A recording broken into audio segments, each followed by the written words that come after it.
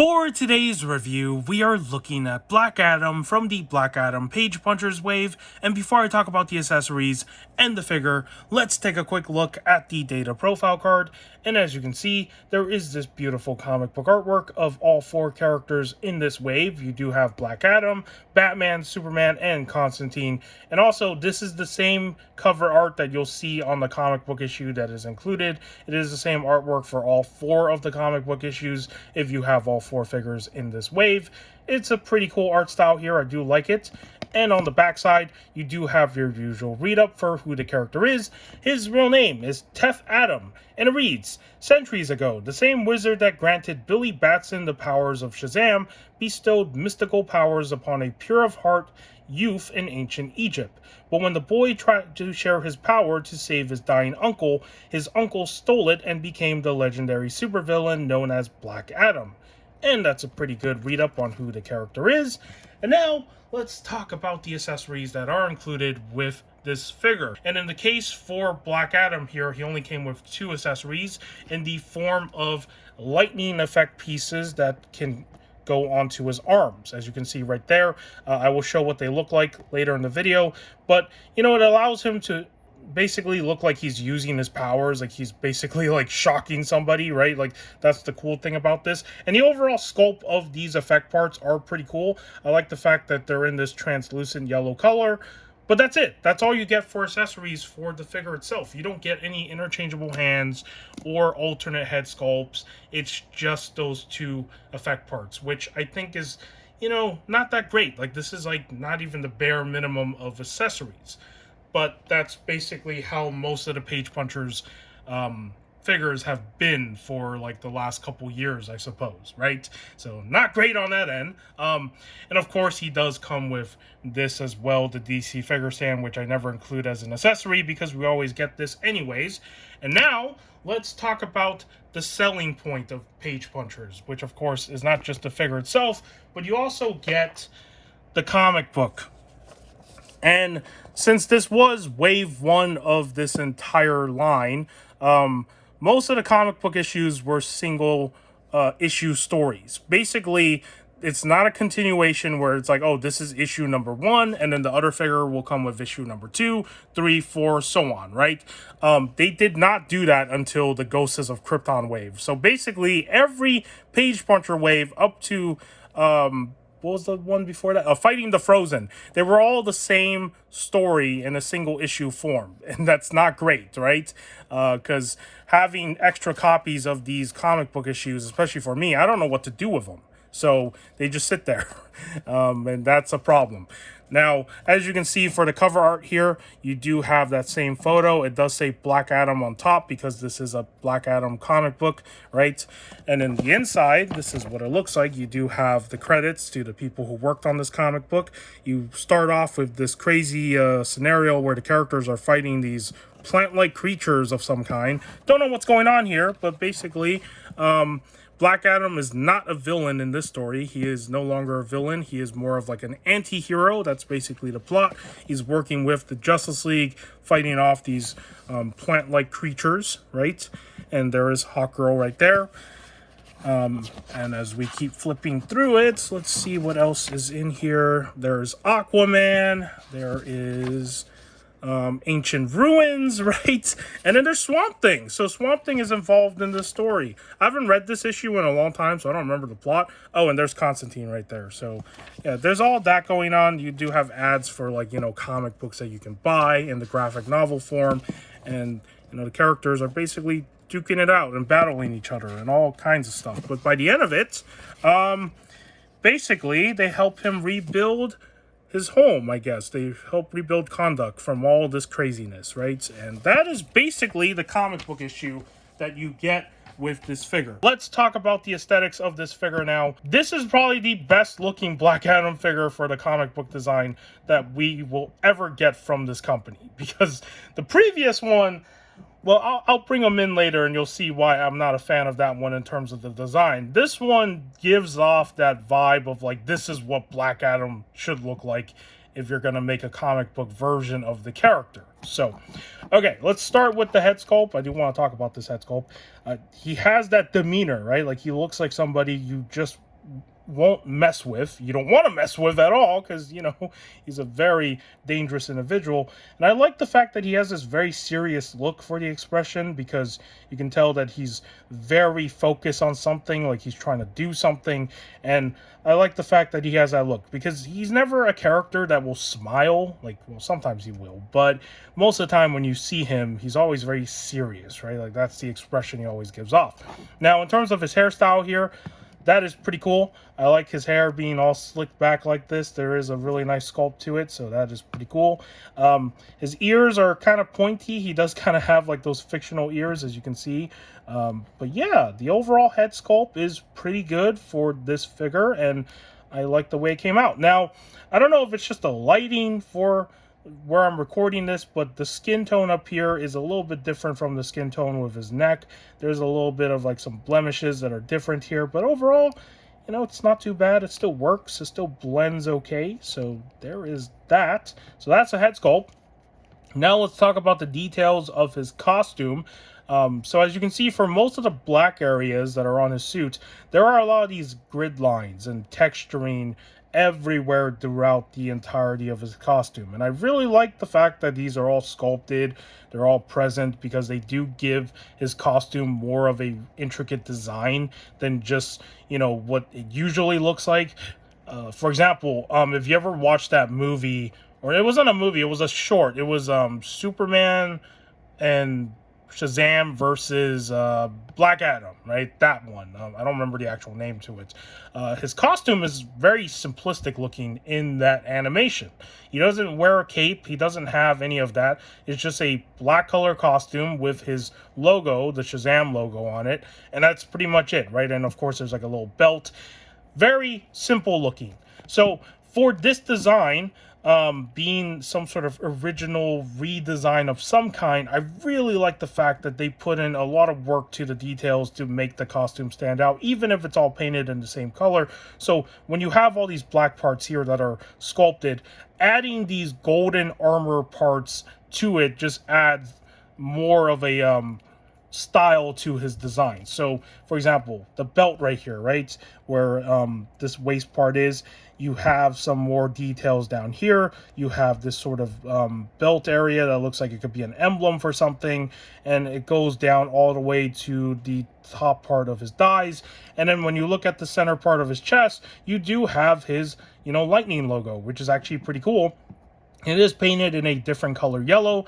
Now, in this case, I don't really like the yellow that they use right here for this. I would have preferred if it was more of like a different kind of brighter yellow to look more like lightning color, in the sense that can fit in with the gold parts here of his armor. That's just me, that's just my preference, but I do like the fact that you have this sort of design going on that connects to the cape on the back. And the cape is also heavily textured, so even though it's not a cloth cape, this is one thing that I liked about Mcfarlane before they started using cloth cape, was that they actually added a lot of texturing to the sculpted capes, because most of the time when you sculpt capes, sometimes depending on the company, they won't add this sort of texture detail to it. But for this guy, you know, the details are there. All this texturing to look like cloth. You have some worn out battle damage sort of look going on for the bottom here with the holes. I like that. And then going back to the golden parts, these armor bits, you do have his old shoulder part up here, which does hinder the articulation, but we'll talk more about that later. He does have a little bit of some battle damage going on right there, which is actually pretty cool. Same thing on this side as well. So I do like the fact that there are some details like that. Now, for the gold color, if you don't like the way that it's painted because it looks very plasticky, you know, this is where, if you are someone who knows how to customize your figure with different paint colors, you could definitely repaint these golden parts to make them shine more than they do right now, as you leave them in the default look. And then down here for his boots, I do like the whole sculpting here with this sort of armor piece. There is some nice details sculpted to give his entire boot area just like this really cool looking design. Same thing on this side. And for his gauntlets, they are also very simple looking, but they do have this sort of style to them as well. So overall, when it comes to the costume design of this Black Adam figure, I think they did a pretty good job with the overall look. It does work for the character, And just having the cape is also a nice element to have, because it really does remind me a little bit of Shazam, right? Shazam has a cape as well, so it makes sense that Black Adam could don a cape in this form. So pretty cool. And that's gonna do for the aesthetics. I don't really see anything else I can really talk about, because most of it is very you know, detailed and just the way that you would expect from a McFarlane DC figure when they put in the work to make the figure look really stand outish as usual, right? So this is an example of a good sculpted figure for 25 bucks in my opinion. So there's that. Moving on into the articulation of this figure, let's start with his head sculpt. So as you can see, with the way that his neck is sculpted, looking up is going to be hindered. Now, you can still get him into some sort of flight pose because he can look up pretty decently, I suppose. But if you want him to like look up all the way up, I don't think that's going to work unless you do some sort of modification to the inside of his neck. Now, looking down, he can look down all the way, which is actually pretty good. He can also turn his head left and right. He can tilt his head side to side. So for the articulation of the head sculpt, I would say it's pretty decent. For his arms, these shoulder armors are connected to the top part of the body buck here. So when it comes to the arms lifting outward, you do want to be careful because you could probably damage this or break it because it's very flimsy, as you can see, but he can lift them up this much. Going forward, he can do that, swinging them all the way. If you want to do the 360, that's not going to work because a lot of things are going to hinder the arms from doing that, right? The back of the cape, as well as this part right here. He does have bicep swivel. He also has the double jointed articulation for his arms. He has the swivels in the hands as well as articulation in the wrists, which doesn't really work because the ball joint is all the way inside this gauntlet. So you're not going to get much of the wrist articulation at all with this figure. And for his torso, he can rotate decently. As you can see, it does move. He can do the whole swivel movement, as you can see right there. Leaning forward, not the best. I mean, he can lean forward a little bit. Leaning back, he can go back pretty far, so not bad for leaning back. And then for his waist down here, there is a rotation cut as well. It can rotate. He can lean forward. Actually, it cannot lean forward. Leaning back. Okay, you can lean back. So the bottom articulation here can lean back. Leaning forward is not great either. So once again, you know, this is one of those situations where McFarlane figures, sometimes they can lean forward pretty good, and they can't lean back, and then sometimes they can lean back really good, but they can't lean forward at all. So that's not great. Now for his legs, he can spread them out this much, so pretty much a split, right? Almost, not entirely a full split, but that's still a good spread right there. Kicking upward. Now, this is where the kicking is not going to be great, because this part right here, the way that it's molded, the way that's sculpted, it is going to hinder his legs from kicking, you know, as high as you want it to be, right? Even though it is a soft piece of plastic material, the way that it's sculpted and everything pretty much like compresses his legs from being able to do a full upper kick. So that's as far as it's going to go. For his legs, he does have the double joint, right? He also has the articulation in the feet, the swivel, and the toe articulation. Now, in terms of the upper thigh swivels, they do not exist on this figure, or maybe they do if you heat it up, but like for my copy, it's really stiff and it does not want to move. And that's pretty much the articulation for this figure. You can get them into some decent action poses for sure, but if you're trying to do anything like agile with the character for yourself, well, you're gonna probably have to do some modifications to your action figure to make that happen. And now, let's show what those accessories look like on his arms or his hands. And I don't remember which one goes where, because they have like a... Okay, so this one, they're a little bit different. So, as you can see right here, I hope I can show this. There's this little thing right here. This is meant for the right arm to match with his fist. So, if you slide this one in this way carefully... it's supposed to go in like this, I think. I'm trying to make sure I remember. Oh, here we go. It's like this way. There we go. I think it's something like this. So, do you see that? So, that one goes there. It's supposed to match up with his knuckles. I didn't really push it in all the way, but, you know, there it is. It's something like this to the best of my ability. Let me actually just try to get this in there. There you go. Something like that for this arm. And then for the other arm, because he has the open gesture hand, you just pretty much just slide it in the same way. Just kind of just do this. Just get it in there, right? It could be a hassle, but there you go.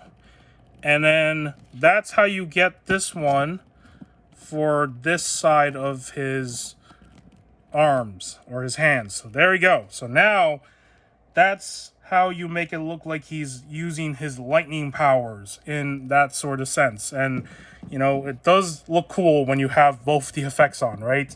So I do like that they're supposed to match each side of his, like, arms depending on the hand gesture. So, like, this one's more for the fist, and then this one's for the open hand gesture sort of thing.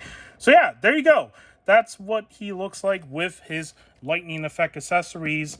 And I'm going to leave them on so we can do some comparisons, because of course we got to bring in some other figures to compare them to. So hopefully he stands. There we go. Okay, he can stand. All right, let's start off with, of course, the Endless Winter version of Black Adam. This is the other comic book design Black Adam we got way before this one, and this was the only one at the time. And the reason why I'm not a fan of this design here is because he's a very different looking Black Adam figure, right? I've never seen this particular design of the character before. Every time I see him depicted in the comics, he's very, he has a very big build in terms of his physique. And also he has a very stern and serious looking face.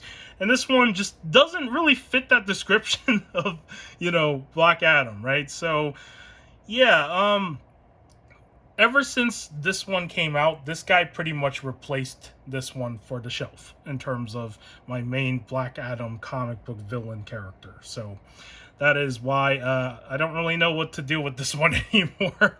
But he was cool, you know, at the time when he came out, but yeah, there's this guy.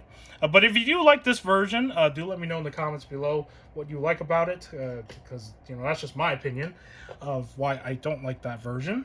And here he is next to, of course, the live-action movie version that was played by The Rock. Okay, don't fall, please. All right. I really don't know what else to say about this one. I mean, it's an okay looking figure. I think they captured the likeness of The Rock correctly, but in my opinion, when it comes to this movie, The Rock was not Black Adam. Okay, he was basically playing himself throughout the entire movie. That's what it felt like to me. The only good parts about this movie that I liked was basically all the JSA stuff that was in it, but that's it. When it comes to the Black Adam character, I don't think that was really Black Adam. It didn't really feel like Black Adam. So, yeah, did not like this movie as much as I thought I would at the time when the trailers came out. But, you know, it is what it is. But that is my opinion on this movie. And as you can see, there's differences between these two designs. One of them is live action. The other one is comic book. And, of course, in my preference, this one still wins. And that is the comparisons with the Black Adam figures. And for the final figure that I'm going to bring in for today's comparison, here he is next to the Silver Age Superman figure. And if you want to have a Superman versus Black Adam sort of display going on your shelf, these are the two versions that I would probably recommend if you have the Superman figure and, of course, the Black Adam figure. Because they do look pretty good together next to each other. Now, of course, Superman is a little bit taller, but, I mean, you could still make it work depending on the angles of how you pose your figures, but nevertheless, this is just a really cool setup right here if you want to try that. So, there it is. And that is going to wrap up the comparisons for today's review. If you found today's review of the Black Adam figure from the Black Adam Page Puncher Wave informative, do give this video a like. If you want to subscribe to the channel for more action figure content and whatever else I do on here, it would be much appreciated. And with that said, take care, and I will see you in the next video.